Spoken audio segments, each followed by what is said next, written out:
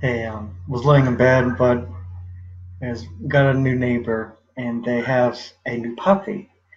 So the doggy is barking every 5 seconds. So I'll just kill a little time while trying to go to sleep here.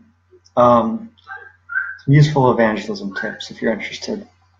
When you get a contact, it's best not to call because it puts them on the spot. And it does give them a chance to decide things. It makes them skittish. It's good to text them, then they can decide. I got a text an hour ago from somebody I contacted last week. And so it's good because it gives them time to think about it, decide, am I really wanting to do this or not? And to not be put on the spot, but to come to the conclusion themselves instead of being pushed into it.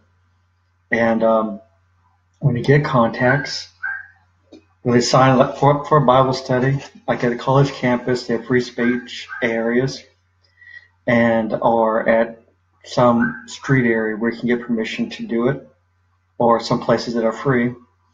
Um, all you need to do is just say, hey, our church is having a Bible study. Would you be interested in having them sign up? Or something like that. Or we're having a Bible study on college campus. Would you be interested? If it's girls and you're a guy, it's best to let them know that you'll have a female companion with you. If you guys are married or have a girlfriend and they're able to help, let them know. Because girls are they're more secure if there's another female present. Not necessarily all the time, but if they're college girls, it's more so if they're older, it's not as bad of an issue. If they sign up for a Bible study, underneath the sign up area, write down the description of the person, their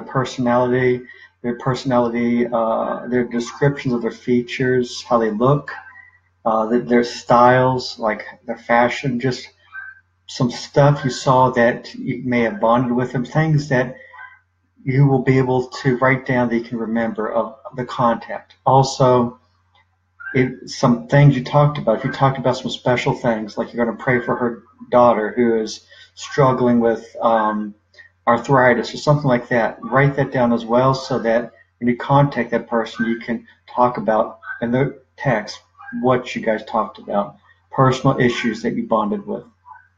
Um, Also, when you contact somebody, uh, initial stats is 5 hours for low to medium traffic areas, 5 signatures.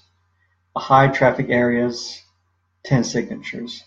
And during college time, when full-time college is going in bloom, it's high traffic usually. In summer college time periods, it's low to medium traffic. So college is a great place to do evangelism, and it's free. Also, if somebody texts you, whenever I text somebody, I always put their contact info in my phone, their name, and I put EV, evangelism, so I have a context of who they are. And if I write down personality traits, then I can look back, oh, this person is Chinese, she's in her 50s, she's a bookworm, she likes studying, she's very introverted, just stuff I can write down that I can look upon and so when I interact with her, I know the type of personality she is, and I know what she looks like. So when I meet her, I can remember, oh yeah, that's the lady with the glasses, that's Chinese, that is very studious, that's introverted, personality is shy. So when I see her, I can recognize that. And if I set up a Bible study somewhere, I usually will text them the day of, just to make sure they'll follow through. And also, I will wear something distinctive, like a red shirt, just in case they don't remember me too well. Hey, I'll be the guy in a bright red shirt, something like that. Also, if they text you a new number or change a new number or something like that, don't play it cool and ask them who they are. I lost a contact because they changed their number. They texted me. They didn't tell me who they were, and I thought they were somebody else. So always ask, who are you? Because I lost a valuable contact because I made an assumption instead of asking. Always ask when you get when you get a contact, someone contacting you, and don't assume it's somebody you know. Make sure you know exactly who they are. Also, if they Facebook friend you, I have contacts Facebook friending. If they do, I recommend that you put them on filter I love them, support them, be there for them, make sure, and all that. But when you make videos of stuff and you have a lot of doctrinal stuff out there, articles, you're doing a lot of that stuff, or you have a lot of your friends do a lot of that stuff, and they're new and they got all these denominational ideas, and they see all that, that can blow them away and chase them away. And you're trying to slowly integrate them into the truths, not blow them out of the water. And so I put a filter so they don't see any of that stuff. I had a problem with the contact because I Facebook friended her and I was posting all this stuff.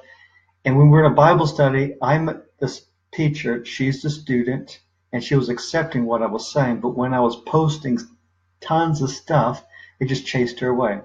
So again, put a filter on your contacts. Figure out how to do that so that whenever you post things, you can make sure that they don't see a ton of doctrinal stuff that just overwhelms them because you're just oversharing in a role that is not a teacher-student role. Also, when it comes to contacts, make sure that you're not, the Obi-Wan Kenobi, their only hope.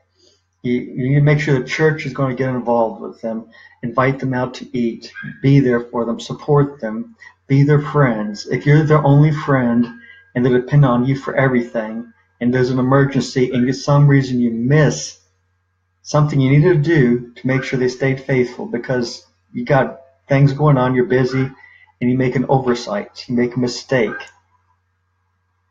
And if you're the only dependent hope, they're going to fall away. So make sure they can have friends. Make sure you can get connections with them from the church, that friendships can be built, that they can rely and depend on other people other than you. Otherwise, if you make a mistake and they're only depending on you, that's draw a house, they're going to fall down. If they're just leaning on you and you make a mistake. So make sure they can lean on a lot of people.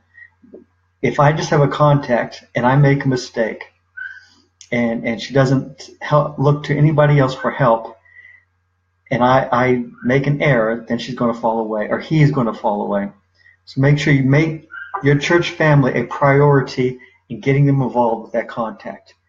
Getting them involved with church work, making them get friends, getting them the support they need spiritually and socially outside of church. It should be a supportive group.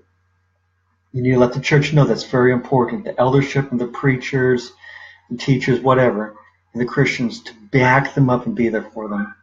So those are just some tips of new converts. When I get a contact, I text them immediately. And usually if I get 20 contacts and I text them, I usually get one response back. And out of one response, if I get 5 responses back, usually one follows through. At least that's the stats so far. But I need to continually test them out each month and everything. But got 5 people to contact tomorrow, and so it's good stuff. But it does require time and work. But it does work if you're willing to put the time and investment, a couple of hours a week. That's all it takes. If you want to know more, check out churchofchristevangelism.com. or evangelismreport.com. Evangelismreport.com has my latest data, my materials, and reports in the journal things that I'm doing, putting forth data and stats and methods and all that. So I don't know if you can hear that doggy barking, but that little doggy's barking every 5 seconds. So thought I'd just get out of bed and stretch myself a little and just do something instead of listen to that sweet little dog. You guys have a good Sunday tomorrow. God bless. Take care. Goodbye.